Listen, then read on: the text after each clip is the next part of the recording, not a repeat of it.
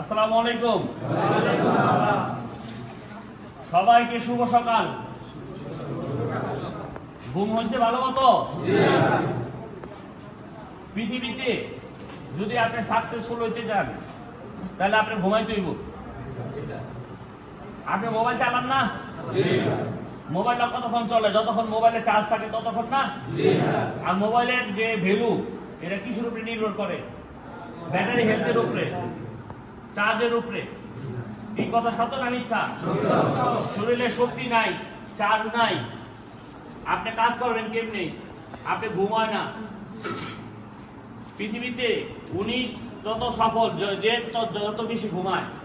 এখন আপনি কি সারাদিন ঘুমাইলে কি ওই ঘুম হইব? ওই ঘুম তৃপ্তির ঘুম না, রাত্রে ঘুম হলো আসল ঘুম। ঠিক আছে? এই জন্য মোবাইল না টিপা একটু আর্লি ঘুমাবেন, সকালবেলা উঠবেন। ওয়েল্ডারের জন্য ঘুম ভেরি ইম্পর্টেন্ট। কারণ কি, আপনার কাজ হইলো চোখের কাজ, চোখ দিয়ে কাজ করেন না? তাই এই চোখের আপনার রেস্ট দিতে হইব না? ওয়েল্ডিং এর কি হিসাব নিকাশ আছে? মাপ মেজারমেন্ট আছে? ওয়েল্ডিং এর কোনো ঝগড়াঝাটি আছে? ওয়েল্ডিং এর কোনো পেরেশানি আছে?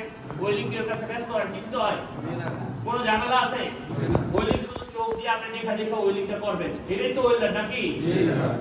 তাহলে এই চোখটারে আপনি চোখে বেশি বেশি করে পানি দিবেন। যখন গ্রাইন্ডিং করবেন অবশ্যই হেলমেট পরে নেবেন, সাদা গ্লাস দিয়ে দেখবেন। চোখের সেফটি ভেরি ইম্পর্টেন্ট ওয়েল্ডারের। এই চোখ দুইটা দৃষ্টি যদি না থাকে এই পৃথিবীর অন্ধকার না? এই চোখের মতো এরকম নরম জিনিস, সেন্সিটিভ জিনিস আছে আর আমগো শরীরে আছে? এই চোখের যত্ন নিতে হবে, ঠিক আছে? অবশ্যই অবশ্যই সবকিছু ভুলে যাওয়া যাবে, কিন্তু চোখের সকল কোনো অবহেলা করা যাবে না। হঠাৎ করে আপনি অনুভূতি করতেছেন যে চোখে একটা ময়লা গেছে, বেশি করে পানি দিবেন। যত পর্যন্ত আপনি অনুভূতি না করতেছেন যে চোখের ময়লাটা যায় নাই, অত পর্যন্ত আপনি পানি দিবেনই, ঠিক আছে? চোখের যত্ন নিতে হবে, সবকিছুরই যত্ন। চোখটা বেশি, চোখের মতো এত নরম জিনিস আছে ভাই? আচ্ছা, ঠিক আছে। তো আজকে আমরা যে বিষয় নিয়ে আলোচনা করব সেটা হচ্ছে পোলারিটি। আমার সাথে সাথে বলেন, পোলারিটি। পোলারিটি বিদ্যুৎ প্রবাহের দিক নির্দেশনাকে পোলারিটি বলে। বিদ্যুৎ প্রবাহের দিক নির্দেশনাকে পোলারিটি বলে।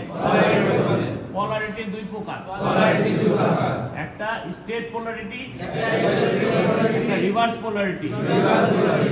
State polarity, reverse polarity. সোজা কথা একটা মাইনাস একটা প্লাস। সোজা কথা মাইনাস একটা প্লাস।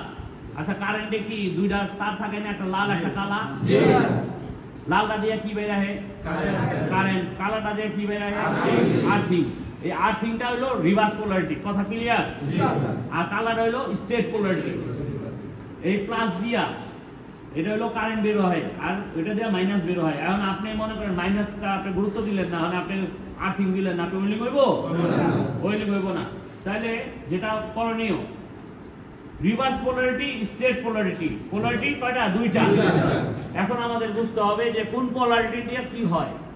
আমার সাথে স্টেট পোলারিটি সব কাজে ব্যবহার করা হয়। ওয়েল্ডিং এর সব কাজে স্টেট পোলারিটি ব্যবহার করা হয়।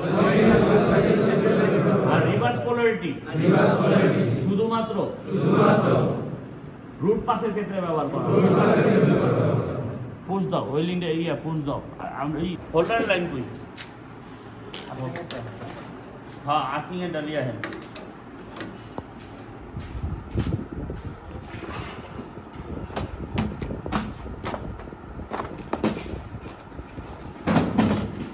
শুরু করছো?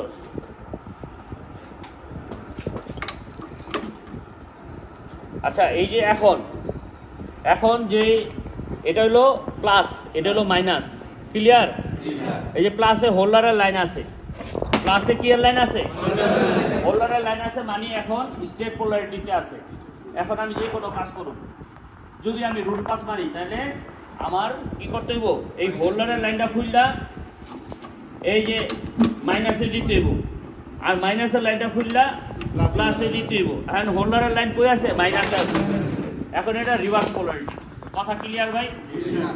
হ্যাঁ, আপনি তিনটা রড দিয়া রুট পাস মারেন না?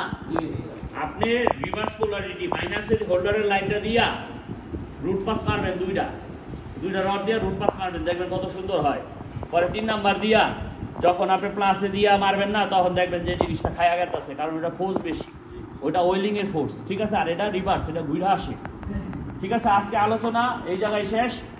যদি কারো কোনো প্রশ্ন থাকে প্রশ্ন করতে পারেন।